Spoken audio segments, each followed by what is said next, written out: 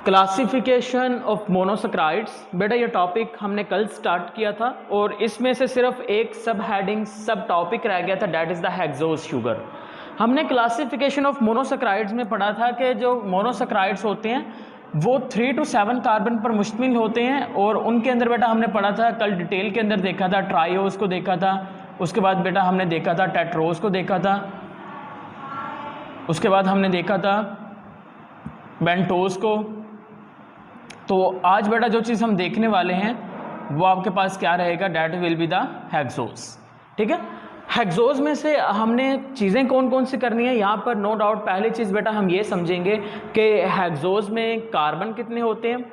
दूसरी चीज़ यहाँ पर जो चीज़ हम देखेंगे बेटा वो ये है कि जो हेक्सोज हैं, क्या जो हेक्सोज है वो पायरानोज रिंग बनाता है या फिर ये आपके पास बेटा 6 कॉर्नर रिंग बनाता है। हमारे पास दो तरह के रिंग बन रहे थे, एक था आपके पास फ्यूरानोज रिंग और दूसरा क्या था, पायरानोज रिंग।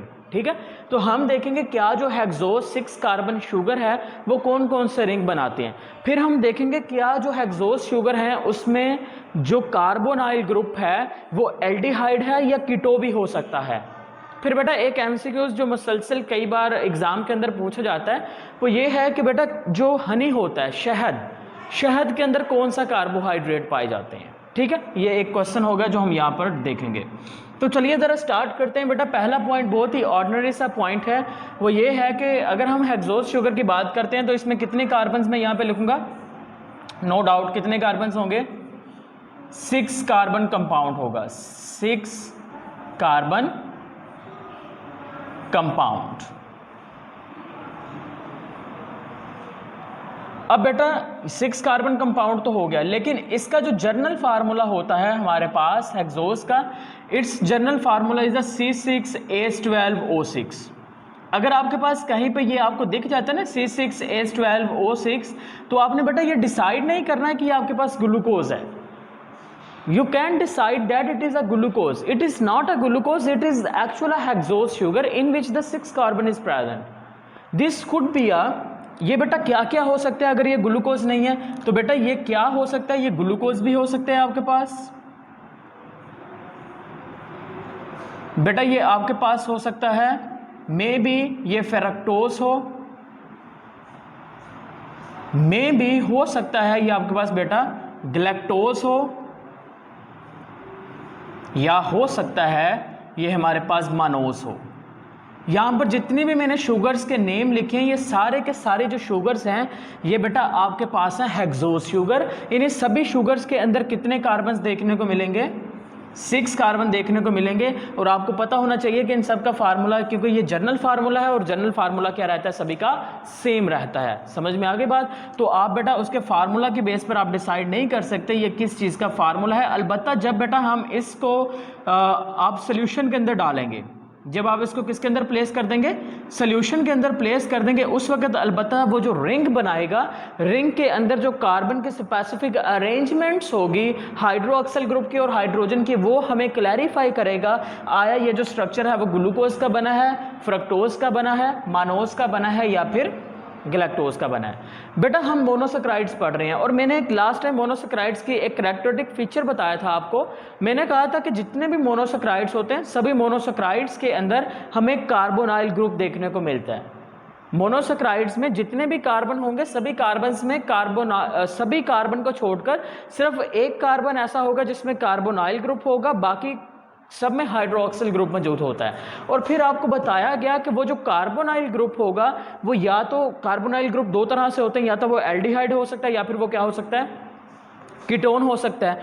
तो बेटा यहाँ पर अब जहन में क्वेश्चन ये आ रहा है कि जो हेक्सोज शुगर हैं, क्या हेक्सोज शुगर सिर्फ एल्डिहाइड शुगर होती हैं या हेक्सोज शुगर में भी कीटोन शुगर्स पाई जाती हैं। राइट, आ सकता है ना, क्योंकि लास्ट टाइम हम जब ट्रायोज पढ़ रहे थे, टेट्रोज पढ़ रहे थे, वहां पर कुछ ट्रायोज ऐसे थे जिनके अंदर फंक्शनल ग्रुप एल्डिहाइड था, कुछ ऐसे थे जिनके अंदर फंक्शनल ग्रुप कीटोन था। जैसा कि मैं एक ट्रायोज की एग्जांपल देता हूं, ग्लिसराइड एल्डिहाइड, उसमें फंक्शनल ग्रुप एल्डिहाइड का था। फिर हमने डाईहाइड्रोक्सी एसीटोन पढ़ा, वो भी ट्रायोज है लेकिन उसमें फंक्शनल ग्रुप कीटोन था। इसी तरह से यहाँ पर बेटा अगर हम बात कर लेते हैं तो बेटा हमारे पास एल्डो शुगर्स भी होंगी यानी कि ऐसे हेक्सोज भी होंगे जिसको आप क्या नाम दे सकते हो, एल्डो शुगर का, और यहाँ पर बेटा ऐसे हेक्सोज भी मौजूद होंगे जिसको आप क्या नाम दे सकते हो, कीटो शुगर का भी नाम दे सकते हो। अब हमारे लिए चैलेंजिंग चीज़ ये है कि हमने इस चीज़ को समझना है इस वक्त कि कौन से यहाँ पर एल्डो शुगर है और कौन से यहाँ पर कीटो शुगर है। तो चलिए ज़रा डिफ़िकल्ट तो नहीं होना चाहिए, एक बात तो आपको कंफर्म होनी चाहिए, अगर एल्डो शुगर की बात की जा रही है तो यहाँ पर आपने कहना है कि फंक्शनल ग्रुप कौन सा है, एल्डिहाइड। तो मुझे बेटा बताएं एल्डिहाइड फंक्शनल ग्रुप कैसे लिखते हैं हम। कार्बन का डबल बॉन्ड किसके साथ होता है, कार्बन का बेटा डबल बॉन्ड होगा ऑक्सीजन के साथ, और एक साइड पर क्या होगा, हाइड्रोजन, दूसरी साइड पर बॉन्ड फ्री होगा। और मैंने कहा था कि जो एल्डिहाइड ग्रुप होता है ये हमेशा किस कार्बन पे आएगा, कार्बन नंबर 1 पे। एल्डिहाइड ग्रुप किस कार्बन पे आता है, कार्बन नंबर 1 पे आता है। और बेटा मैं यहाँ पर एक एल्डो शुगर की एग्जांपल लिख देता हूँ, और वो एल्डो शुगर हमारी बॉडी के अंदर पाया जाने वाला एक बायोलॉजिकल मॉलिक्यूल है और उसका नेम है बेटा ग्लूकोज। और ग्लूकोज ही वो आपके पास बायोलॉजिकल मॉलिक्यूल है, वो हेक्सोज शुगर होगी जिसको हम डिटेल के अंदर स्टडी करेंगे। समझ में आ गई बात। अगर हम कीटो शुगर की बात करते हैं तो आपको बताना चाहिए कि कीटो शुगर के अंदर कौन सा फंक्शनल ग्रुप है, कीटोन ग्रुप होगा। कीटोन ग्रुप में आप किस तरह से स्ट्रक्चर डेवलप करेंगे, कार्बन का डबल बॉन्ड ऑक्सीजन के साथ होगा और इसके दोनों बॉन्डिंग क्या होगी, फ्री होंगी। और एक और चीज़ बेटा आपको याद रखनी है, बॉन्डिंग तो फ्री होगी लेकिन ये किस कार्बन पे आएगा, कार्बन नंबर 2 पे। कीटोन ग्रुप हमेशा किस कार्बन पे अटैच होता है, कार्बन नंबर 2 पे, और एल्डिहाइड कार्बन नंबर 1 पे। और इसकी जो एग्जांपल है वो बेटा हमारे पास है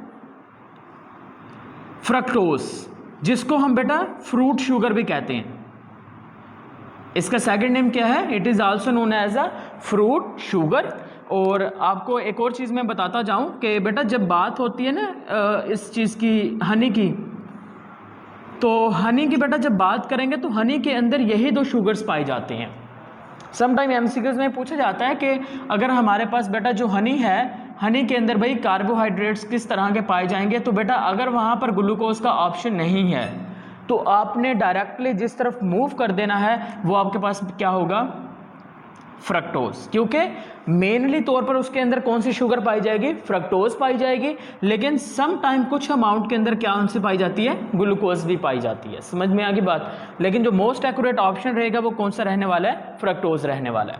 अब हम चलते हैं, क्या ये आपके पास जो हेक्सोज शुगर है, जो कि एल्डो शुगर भी हैं और कीटो शुगर भी हैं, क्या ये सिर्फ 6 कॉर्नर रिंग बनाती हैं या 5 कॉर्नर रिंग भी बनाती हैं। हमने कल 5 कॉर्नर रिंग पढ़ा था, उसका नाम क्या था, फ्यूरानोज। तो बेटा जब हम हेक्सोज शुगर की बात करते हैं तो जो हेक्सोज शुगर होते हैं उसमें दोनों तरह के आपके पास रिंग्स बनते हैं। एक जो रिंग होता है उस रिंग को बेटा हम नाम देते हैं फ्यूरानोज रिंग का। पहला रिंग कौन सा बनाएंगे, ये फ्यूरानोज रिंग। और बेटा अगर हम दूसरे रिंग की बात करते हैं तो जो दूसरा रिंग होगा वो फ्यूरानोज रिंग नहीं होता, बल्कि वो हमारे पास होता है पायरानोज रिंग। वो कौन सा होगा, पायरानोज रिंग। अब दोनों के अंदर फर्क क्या होता है बेटा, जब आप फ्यूरानोज रिंग की बात करते हैं तो आपने कहना है कि फ्यूरानोज रिंग एक ऐसा रिंग जिसमें कितने कॉर्नर्स होंगे, 5 कॉर्नर्स। कल जब मैं फ्यूरानोज रिंग करवा रहा था तो मैं भी आपके ज़हन में एक कॉन्सेप्ट बन गया कि जो फ्यूरानोज रिंग है वो सिर्फ पेंटोज शुगर बनाते हैं। तो मैं आपको बताना चाहूँगा एक हेक्सोज शुगर ऐसी भी है जो फ्यूरानोज रिंग भी बनाती है। ठीक है, तो बेटा आपने डिफाइन कैसे करना है, आपने कहना है कि फ्यूरानोज रिंग एक ऐसा रिंग जिसके कितने कॉर्नर्स होंगे, 9, 5 corner, 5 cornered ring. 5 cornered ring को फ्यूरानोज रिंग कहेंगे। इस 5 कॉर्नर्स में से 4 कॉर्नर्स पर क्या होंगी, कार्बन। 4 कॉर्नर्स पे क्या है आपके पास, कार्बन। और बेटा एक जो आखिरी बचेगा उसको आप क्या नाम दे दोगे, जो लास्ट एक कॉर्नर होगा उस लास्ट कॉर्नर पर क्या चीज़ मौजूद होगी, ऑक्सीजन मौजूद होती है। बेटा कल जब बात की जा रही थी पेंटोज शुगर की तो वहाँ पर हमने एक पेंटोज शुगर ली जिसका नाम था आपके पास बेटा राइबोज शुगर। तो राइबोज शुगर का हमने रिंग बनाया था और वो जो रिंग कौन सा बना था, उसका फ्यूरानोज रिंग बना था। लेकिन मुझे ये चीज़ क्लेरिफाई करवानी है आपको कि आपके जहन में ये कन्फ्यूजन ना रहे कि आप ऐसा मत सोचें कि जो पेंटोज शुगर है सिर्फ उसी का फ्यूरानोज रिंग बनता है। कुछ हेक्सोज शुगर भी होंगी जिनका फ्यूरानोज रिंग बनता है। कुछ हेक्सोज शुगर ऐसी होती हैं जब आप उनको सोल्यूशन में ऐड करते हैं तो उनका रिंग कौन सा बनता है? पायरानोज रिंग बनता है। समझ में आ गई बात? तो जो पेंटोज शुगर है उसका वो फ्यूरानोज रिंग बनेगा, लेकिन हेक्सोज शुगर का फ्यूरानोज भी बनेगा और पायरानोज दोनों बनेंगे। अब इस रिंग को कैसे डिफाइन करेंगे? इसमें बेटा आप क्या लिखेंगे? आप कहेंगे कि सिक्स कॉर्नर्ड रिंग। रिंग में कितने कॉर्नर होंगे? 6 कॉर्नर, और जो 5 कॉर्नर होंगे, 5 कॉर्नर्स पे क्या होंगे? कार्बन, और जो लास्ट आपके पास एक कॉर्नर बचेगा उस लास्ट कॉर्नर पे क्या चीज़ मौजूद होगी? ऑक्सीजन मौजूद होगी। अब बेटा मैं आपको एक पहले रफ स्ट्रक्चर बना के देता हूँ फ्यूरानोज रिंग का और इसका। अगर मैं 5 कॉर्नर बनाता हूँ और 5 कॉर्नर में से 4 कॉर्नर पे क्या होने चाहिए? कार्बन। तो मेरे पास बेटा this is the corner number 1, ये कॉर्नर नंबर देखे 5 कॉर्नर्स बनाऊंगा यहां पर मैं, ये ले 1 2 3 4 5। अब ये पहला कॉर्नर, ये दूसरा, ये तीसरा, ये चौथा, ये 4 कॉर्नर्स हैं। चारों कॉर्नर्स पे क्या है? कार्बन है, और 5वें कॉर्नर पे क्या है? ऑक्सीजन है। ये कौन सा रिंग है? ये बनेगा कब? जब आपने कहना है कि बेटा जब हम एक हेक्सोज शुगर जिसका नाम है कीटो शुगर, और कीटो शुगर की एग्जांपल क्या है? फ्रक्टोज। बेटा जब आप फ्रक्टोज को ऐड करते हो सॉल्यूशन के अंदर, when fructose is added in the solution, or then this fructose forms the 5 cornered ring inside the solution, and this 5 corner ring is known as a furanose ring. This one is known as a furanose ring। तो hope so आपकी बेटा confusion clear हो गई है कि जो fructose होता है वो फ्यूरानोज रिंग देगा। समझ में आ गई बात? अब अगर बेटा मैं बात कर लेता हूं यहां पर ग्लूकोज की, अगर हम बात कर लेते हैं ग्लूकोज की, तो ग्लूकोज कौन सी शुगर है? एल्डो शुगर का कीटो शुगर? Aldo sugar. तो जब आप ग्लूकोज को ऐड करोगे सॉल्यूशन के अंदर, उस वक्त बेटा ये जो ग्लूकोज होगा ये आपके पास 6 कॉर्नर सॉल्यूशन देगा, पायरानोज रिंग, और हम उसको बेटा नाम दे देंगे glucopyranose.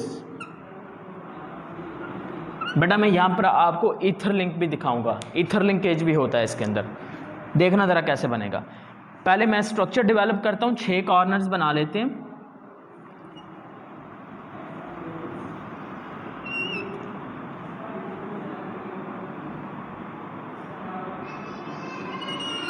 Okay, corner number 1 carbon है ना, यहां पर भी क्या होगा? कार्बन, इधर भी कार्बन, इधर भी कार्बन, इधर भी कार्बन। 1 2 3 4 5 कॉर्नर्स पे क्या है? और छठे कॉर्नर पे है। और यहां पर अगर आप गौर से देखें तो इसको बेटा एक स्पेशल लिंकेज भी मौजूद है।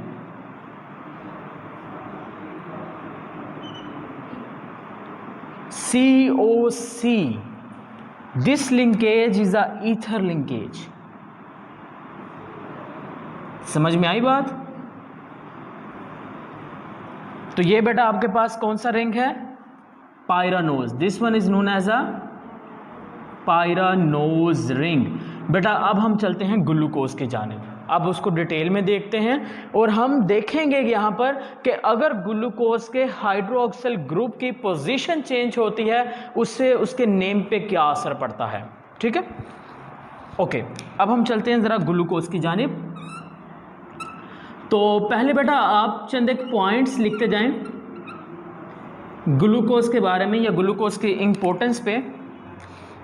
पहले हम उसके ग्लूकोज के बारे में लिखते हैं, फिर हम उसके इंपॉर्टेंस पे जाएंगे।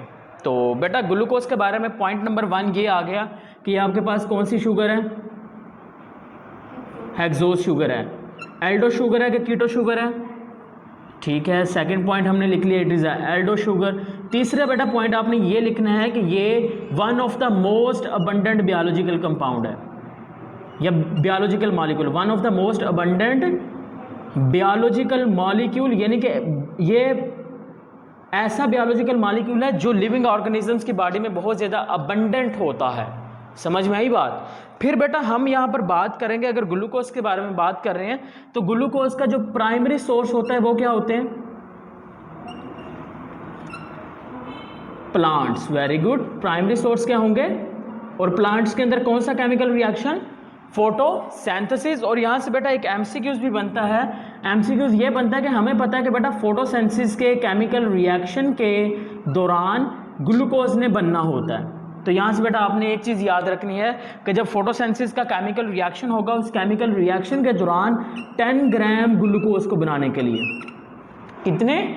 10 ग्राम ग्लूकोज की प्रिपरेशन के लिए बेटा हमें चाहिए होती है 717.6 किलो कैलोरीज एनर्जी रिक्वायर्ड होगी।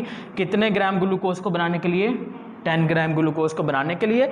और ये आपका बेटा आ गया एमसीक्यू। Is that clear? अब हम बेटा देखते हैं कि अगर हम ग्लूकोज को ऐड करते हैं सॉल्यूशन के अंदर, उस वक्त ये रिंग पायरानोज तो बनाएगा, लेकिन उस पायरानोज रिंग में हम किस तरह से अरेंजमेंट करेंगे कार्बन्स के और वहाँ पर हाइड्रोक्सल और हाइड्रोजन की। ठीक है, ओके, चलिए स्टार्ट करते हैं। फिर यहाँ से बेटा ज़रा बना लेते हैं। पहले तो पायरानोज रिंग डेवलप कर लें आप।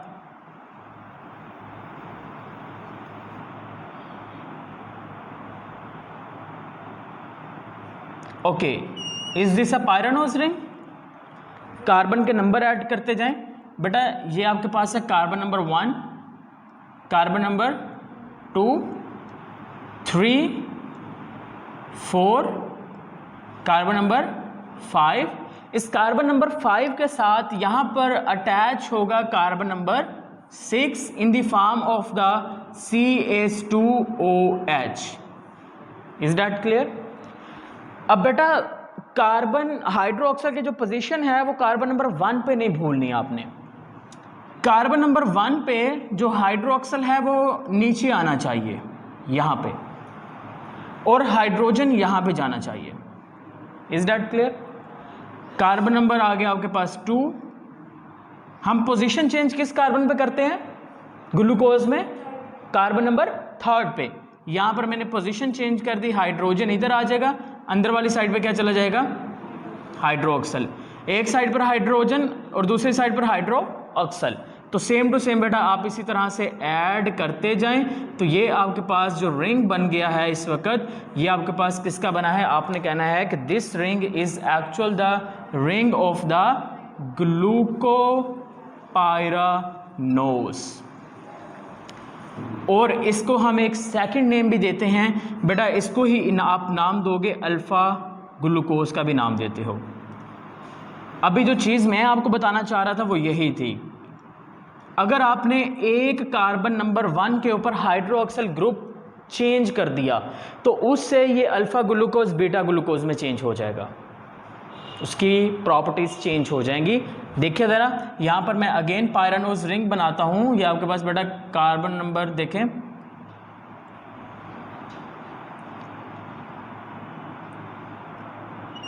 This one is the carbon number 1।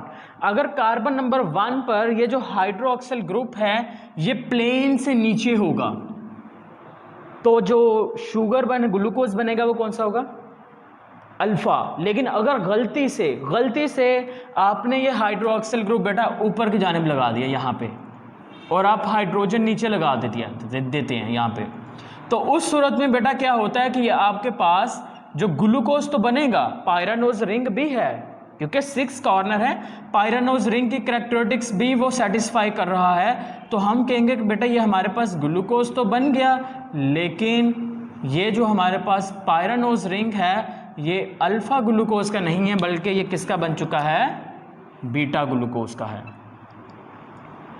Beta glucose का। और रिंग आपने कहना है कि कौन सा है? रिंग आपके पास ये पायरानोज ही है क्योंकि 6 कॉर्नर वाला है ना। Is that clear? तो इस तरह से बेटा आपके पास ये आ गया ग्लूकोज का। अभी मैंने आपको बताया कि बेटा जो फ्रक्टोज होता है वो फ्यूरानोज रिंग देता है। अब हम देखते हैं कि जो फ्रक्टोज है वो किस तरह से फ्यूरानोज रिंग बनाएगा। ओके बेटा 5 कॉर्नर वाले को हम फ्यूरानोज कहते हैं, तो पहले फ्यूरानोज रिंग बना लेते हैं। ये आपके पास आ गया जी फ्यूरानोज रिंग, राइट। अब यहां पे बेटा अटैच होगा जी कार्बन नंबर 1 CH2OH की फॉर्म के अंदर, एक कार्बन यहां पे अटैच होगा और दूसरा कार्बन यहां पे जाके अटैच होगा। कार्बन भी तो पूरे करने हैं ना, क्योंकि हम कहते हैं कि फ्रक्टोज 6 कार्बन है, तो 6 कार्बन में कार्बन पूरे कैसे होंगे? कार्बन 1, ये कॉर्नर पे कार्बन 2, यहां पर 3 4 5 6। Is that clear? तो यहां पर बेटा सेम इसी तरह से एक साइड पर हाइड्रोजन हाइड्रोक्सिल लगाते जाओगे तो आपके पास स्ट्रक्चर किस चीज़ का बन जाएगा? आपके पास बेटा स्ट्रक्चर बनेगा पायरानो, उसका बन जाएगा फ्रक्टोज का। किसका बन जाएगा? फ्रक्टोज का बन जाएगा। समझ में आ गई बात? लास्ट टाइम हमने यहाँ पर CH2OH नहीं लगाया था, उस वक्त वो स्ट्रक्चर राइबोज का बन रहा था और अगर हम वहाँ से ऑक्सीजन रिमूव करते थे वो डीऑक्सीराइबोज का बन जाता था, राइट। याद हो अगर आपको, तो हमने राइबोज शुगर और डीऑक्सीराइबोज शुगर का फ्यूरानोज रिंग बनाया था लास्ट टाइम, और वहाँ पर फ़र्क इतना सा था कि यहाँ पे जो कार्बन मैंने बना दिया है ना, वहाँ पर ये कार्बन नहीं होता था, वहाँ पर सिर्फ हाइड्रोक्सिल होता था। याद आ रहा है? तो वो बेटा वहाँ पर जो आपके पास रिंग बनता था वो फ्यूरानोज ही रिंग था, लेकिन वो फ्यूरानोज रिंग बनता था राइबोज शुगर के लिए या फिर डीऑक्सीराइबोज शुगर के लिए। लेकिन यहाँ पर जो फ्यूरानोज रिंग बना है वो आपके पास एक हेक्सोज शुगर जिसका नाम क्या है? फ्रक्टोज, उसके लिए बनाया है। अब आखिरी चीज़ हम एक करते हैं और उसके बाद इस टॉपिक को वाइंड अप करते हैं बेटा, वो ये है कि हमें बेटा जाननी है importance of glucose. Short question में पूछा जा सकता है ये क्वेश्चन, इम्पोर्टेंस ऑफ ग्लूकोज। आपके लिए जो इंपॉर्टेंट चीज़ है वो है स्ट्रक्चर्स, रिंग स्ट्रक्चर्स जो हैं उसकी। बेटा ये शॉर्ट क्वेश्चन में पूछी जा सकती हैं, और अगर लॉन्ग क्वेश्चन आता है तो लॉन्ग क्वेश्चन में ये स्ट्रक्चर्स डेवलप करनी पड़ेंगी आपको, देन आप फुल मार्क्स लेने के हकदार होंगे, अदरवाइज नहीं। ओके, ग्लूकोज की इंपॉर्टेंस, अहमियत के ऊपर बात कर लेते हैं। बेटा पहली बात, जो ग्लूकोज होगा it is present in free state, it is present in free state in dates, figs etcetera. अगर हम बात करते हैं तो बेटा जो ग्लूकोज होता है वो फ्री स्टेट के अंदर किस में पाया जाएगा? खजूरों के अंदर, या फिर जो अंजीर मिलता है उसके अंदर जो ग्लूकोज होगा वो फ्री स्टेट के अंदर पाया जाता है। कुछ हमारे पास फ्रूट्स ऐसे होते हैं जिनके अंदर ग्लूकोज कंबाइंड फॉर्म के अंदर भी पाया जाएगा। ग्लूकोज किस फॉर्म में पाया जाएगा? Combined form. और इसकी जो कंबाइंड फॉर्म होगी वो हमारे पास बेटा या तो ये डाइसैकराइड्स की फॉर्म के अंदर पाया जाएगा, या मे बी पॉसिबिलिटी ये आपके पास पॉलीसैकराइड्स की फॉर्म में पाया जाएगा। Is that clear? उसके बाद बेटा आपने लिखना है कि जो ग्लूकोज है ये हमारे पास बेसिक सोर्स ऑफ एनर्जी है। ये क्या है? Basic source of energy.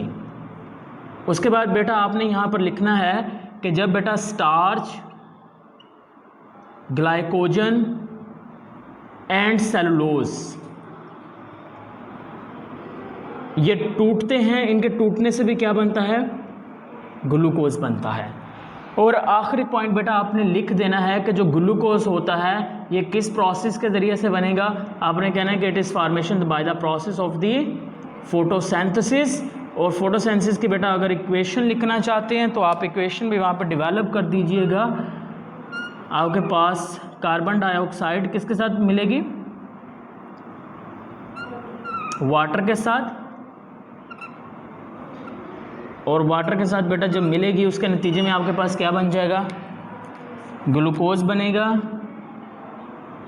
और साथ में ऑक्सीजन, और साथ में बेटा बाय प्रोडक्ट के तौर पर इस तरह से ये आपके पास केमिकल रिएक्शन कंप्लीट हो गया।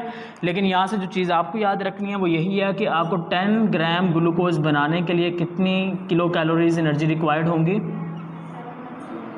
तो ये आपका बेटा MCQs आ गया, और यहाँ पर आपका जो टॉपिक है वो कंप्लीट है। अगर आपका कोई क्वेश्चन है तो अभी से पूछ लें।